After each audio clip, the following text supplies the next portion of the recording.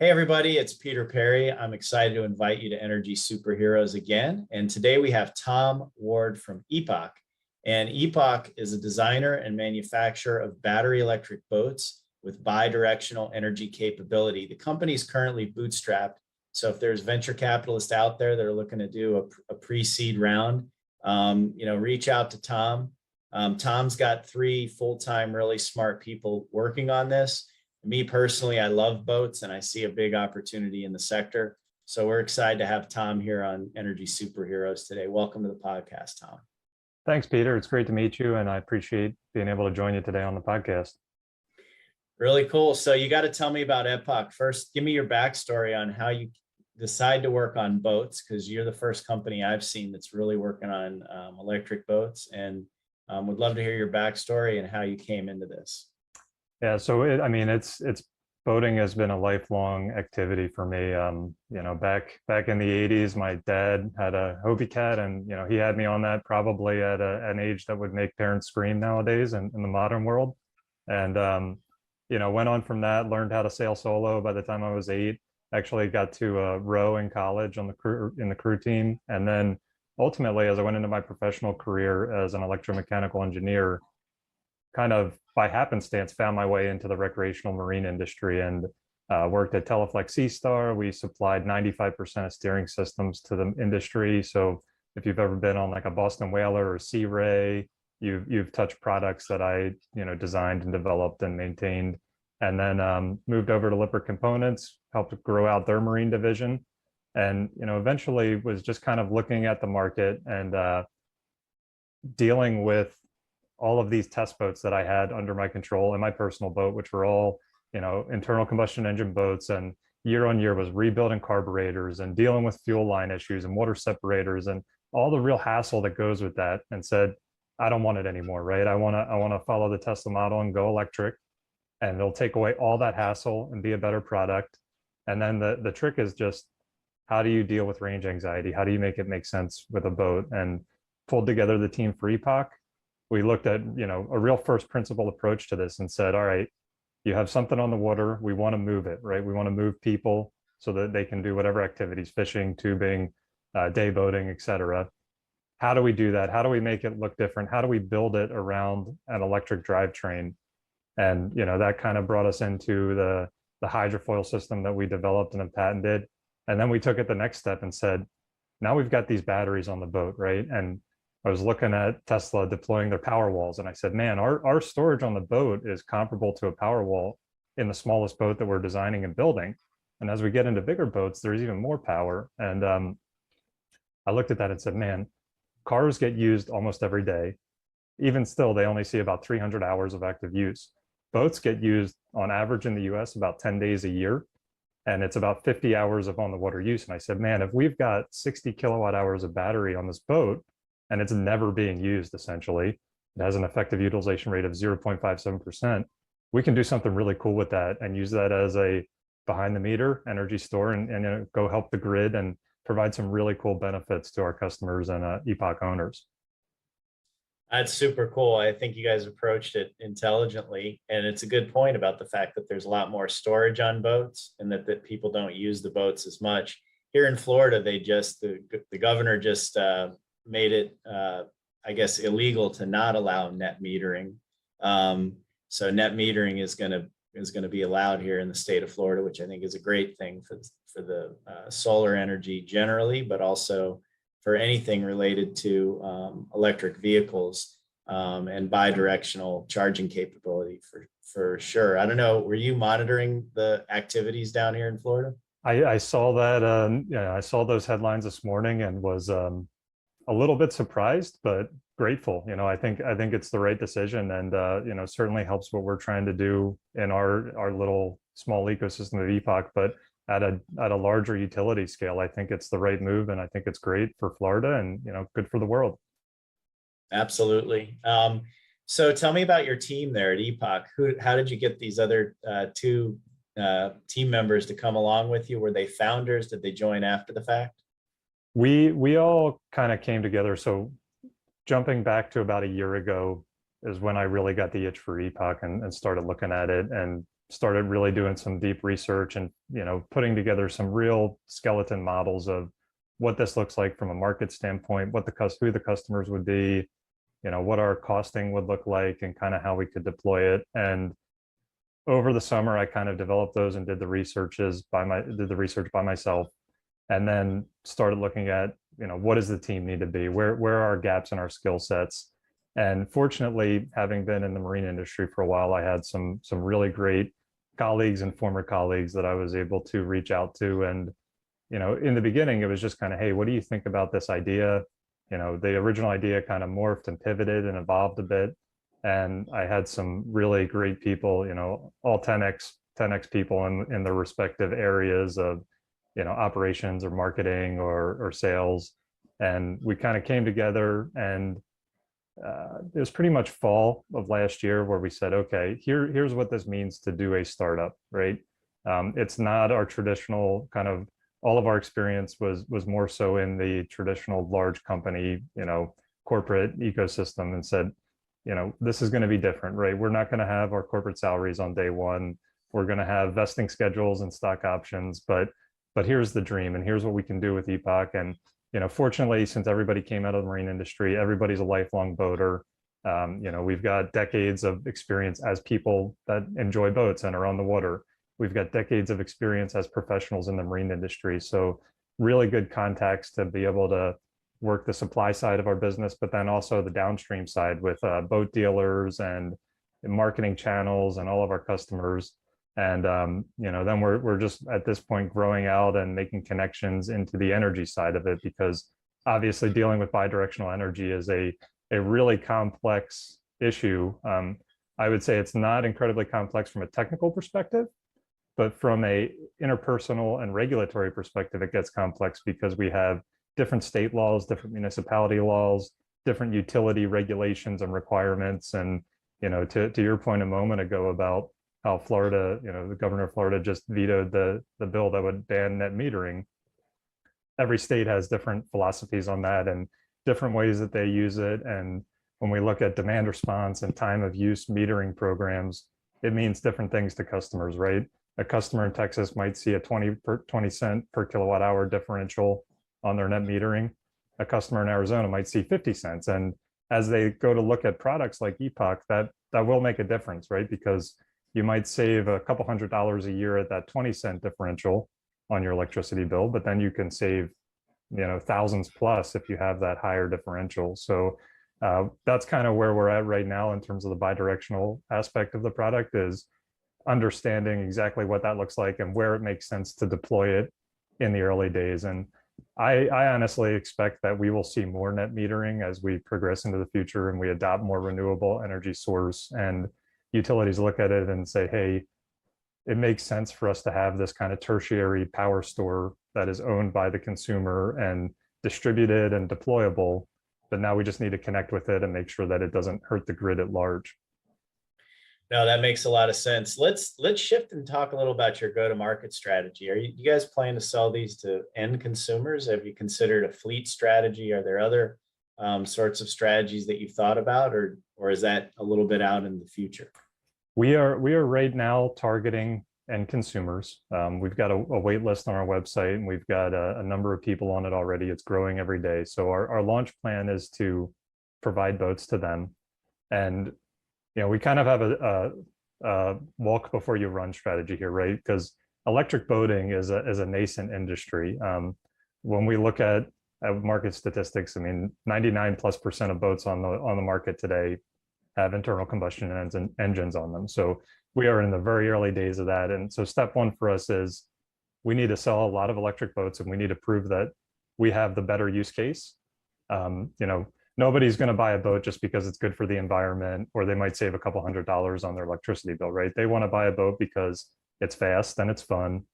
It'll get me where I need to go. It's not going to have range limitations. And, it's less of a hassle. And that's a big part of our initial selling point, is we take the hassle out of boating, right? I mentioned before, no more carburetor rebuilds, no more bad fuel filters, no more oil changes. I have an electric boat that I've had for 6 years, and the only thing I've ever done with it is plug in my batteries, when I'm not using it. So that portion of it is really great. And with our hydrofoil system, we think we've solved the range problem and the speed problem that we typically see with electric boats. So that's phase one, sell to consumers.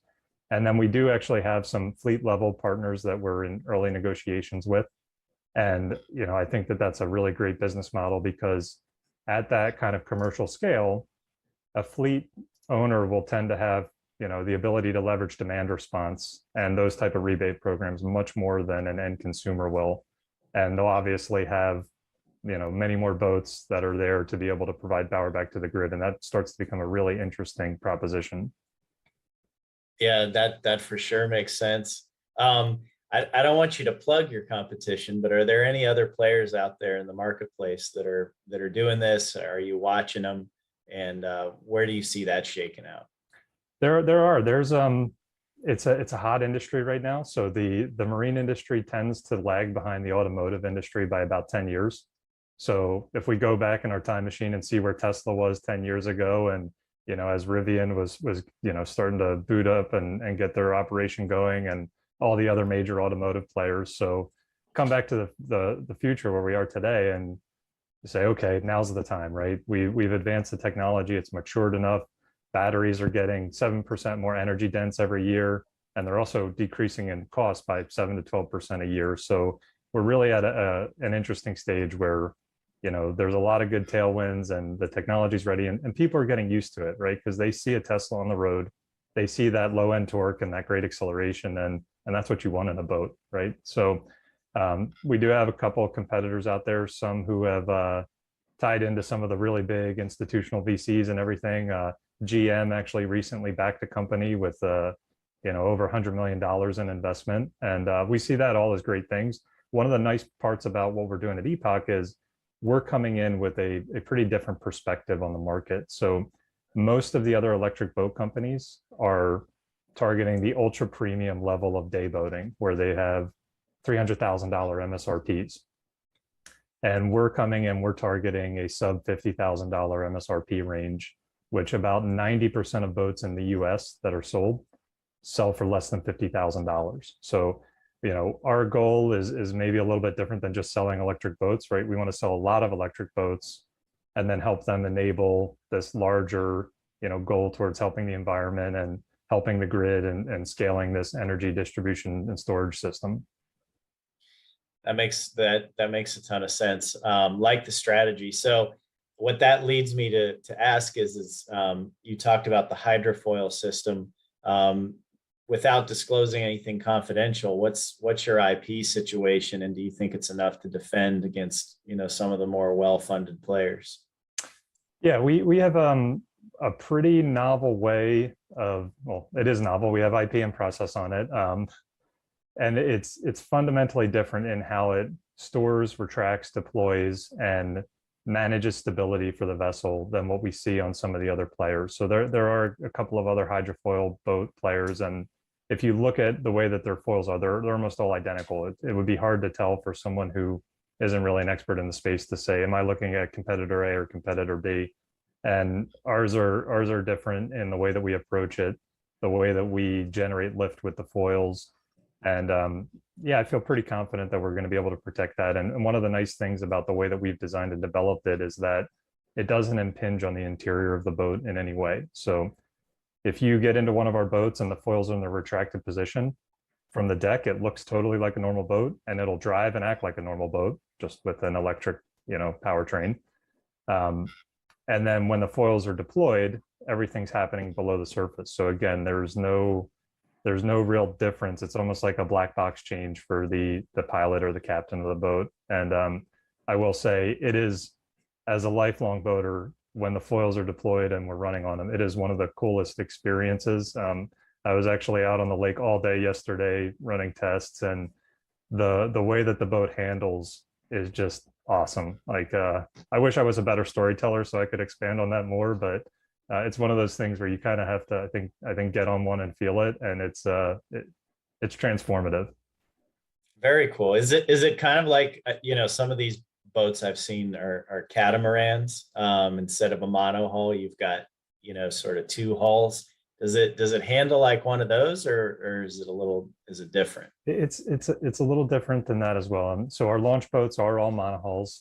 You know, we have future plans to expand out the product line and get into some multi-hull designs. But yeah, when the foils are out there, it's different, and it just, because you're above the water and it's not, you're not experiencing the drag from water, which water is 800 times more dense than air, so it generates a lot of drag when that hull is in the water.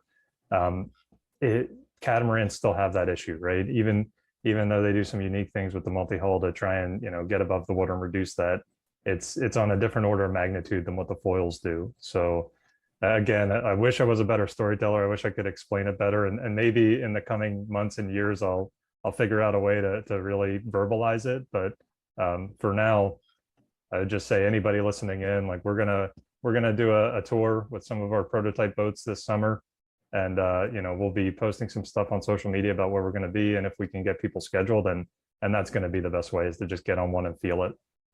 It sounds exciting. So that brings up some questions. You're going to do a tour. Are the boats? I know Teslas are quite a bit heavier than a regular car. Are the boats a lot heavier than a regular boat? Are there any challenges with towing them behind a truck on a trailer, launching them traditional way, or what's that experience like? So before I dive into what we have on EPAC, I will push back on the statement that Teslas are heavier than a regular car. This is something that I've looked into quite a bit. And actually, if we take a Tesla Model 3 and compare it to a BMW M3, the Model 3 is only 200 pounds heavier than the M3. And you know, basically what happens is, when you think about an internal combustion engine, we take away this big cast engine block, right? We take away a transmission, we take away oil pumps and oil pans, catalytic converters in the fuel system, and that takes, you know, about 1,000 pounds out of the car. And then if we replace all that with 1,000 pounds of battery, you end up really close on the EV versus an internal combustion engine vehicle. And following on that, we actually are very close in terms of weight. We're about the same, you know, within 200 to 300 pounds of a typical internal combustion engine boat. The only differential being that that's when the internal combustion engine boat is full of fuel. So when they obviously burn down to, you know, 10% of their fuel capacity, they're going to be lighter still than we would be, because the batteries stay the same weight. Makes sense. Can you pull them on a trailer? Yes, absolutely. Very cool. And no issue with salt water? Nope, no issue with saltwater. In terms of trailering and use case, because we're focusing on consumers first, and because there is a little bit of a chicken and the egg problem with power available at docks and at slips, we're initially focused on customers that do trailer their boats, and that would take it home, plug it in at their house, and then be able to leverage, you know, whether it's time of use or demand response, or you know, even just using their at-home one-way charging infrastructure to get savings versus paying, you know, gas prices at the pump. And then for on the water use case, you know, full disclosure, when we look at blue water boats that are going 100 miles offshore to, you know, go to a canyon and do tuna fishing, battery technology and EV technology really isn't there today. We would have to have so many batteries on the boat that it would, you know, create issues with additional drag, and it just doesn't work. So we're really focused on nearshore and inland use case. So no issues with saltwater, but if somebody wants to go, you know, 15, 20, 30 miles offshore, it's not going to be the right solution today. But within a couple miles of shore, within the intercoastal waterway, on rivers, on lakes, it's a great application.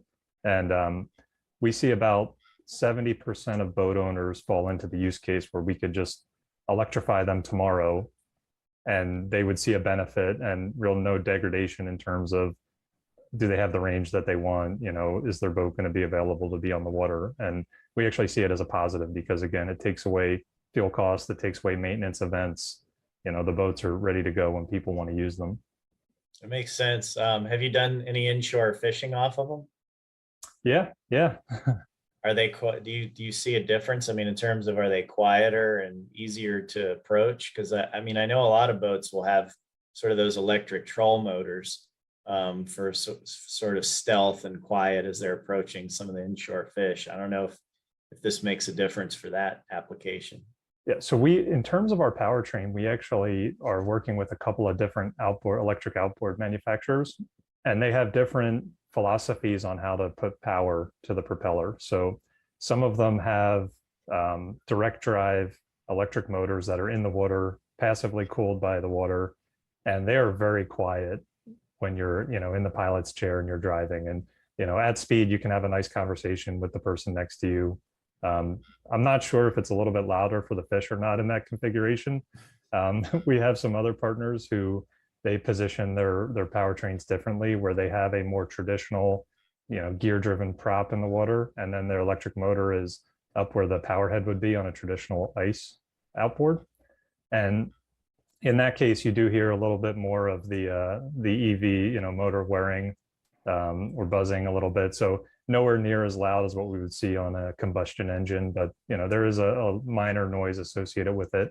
And unfortunately, even though I love fishing, I'm a pretty poor fisherman. So I think I mostly just like being out there, and having a fishing rod in my hand is a good excuse to be in nature. So I can't give you good data on whether or not it scares the fish away, but I suspect it's a little bit better than the ice counterparts.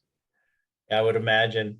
And you mentioned that you like to sail, or that you grew up doing some sailing. Is there any applications for these on sailboats? I know a lot of sailboats have smaller motors. I used to have one with like a little 9-horse outboard.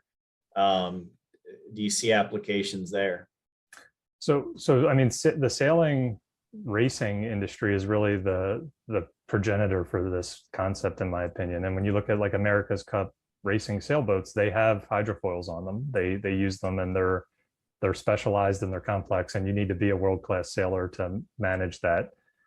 For a more consumer level sailboat, a leisure yacht, part of the issue with deploying a hydrofoil on it is that there is a minimum speed to get the net benefit of the hydrofoil. And so on our entry level 14-foot boat, we can use 10 to 15 horsepower, depending on how loaded the boat is. And we can achieve the speed we need to get the boat out of the water. But with a larger, thousands of pound sailboat, a 10 horsepower engine isn't going to generate the speed. So there's probably not a lot of use case in that particular application. Makes sense. Let's shift and talk a little bit about financing strategy. Have you guys been in the market? Have you talked to some investors yet? Are there any particular investors or type of investors that you'd like to see come into the deal? And what's your time frame for wanting to launch, say, your next round of institutional funding? So we are actively raising a pre-seed round right now. A lot of our focus, and we're somewhat early in the process, but has been on climate-oriented venture capital groups and angel groups. Surprisingly, the two areas of pushback that we've got, and maybe I'm disclosing too much here, but one has been that we're focused on consumer, and a lot of institutional investors seem to be a little bit unnerved by that. And then the other is actually around our build process. And I mentioned the team earlier and how great the team is amazing. We're well experienced in taking things from the whiteboard to the test lab to the model shop to the test lab into production and scaling it. And that's what we do. So there's been some pushback of like, well, who's going to build the boat for you? And it's kind of a funny question to me, because I'm like, well, you're looking at it, it's me and it's the team. Like, this is what we do, and we have a great network of people to bring on board as soon as we kind of get the round closed and everything, and scale it out from there. So I think climate investors are a big one, because there's a huge value proposition from a pollution reduction perspective, just taking this industry to EV. And then also on the energy side, right? I think there's a lot of kind of blending between energy investors and climate investors as we shift into renewables and secondary battery stores with iron flow batteries and pump hydro and things of that nature, and then getting into what we're pursuing at Epoch with tertiary battery stores. So I think those are kind of our ideal investors who get the vision and kind of understand where it's going to go. Yeah, that sounds about right. There's also a huge category of investors that fall under mobility, and there's a good number of them that are not afraid of direct to consumer models. How big is your raise that you're looking to raise at this point? Right now, we're pursuing a $2 million raise to get us into early production and, be able to serve our wait list right now, and then, really prove out that the market's ready for this style of boat and go from there. Oh, very good. Well, to all the viewers out there, if you're investors in the sector, you should definitely give Tom a call. Tom, it's been a pleasure having you on the Energy Superheroes podcast. It's exciting what you're doing there at Epoch, and I look forward to having you back on the show. Call it in a year after you've done your fundraising and taken the company to the next level. And if you're down here in Florida on your tour, I'll definitely get on one of those boats. I'd love to try it out and see what it's like. Absolutely. And thanks for having me, Peter. And we will 100% be in Florida. So I will reach out and we'll get you on the water. Good stuff. Thanks, Tom.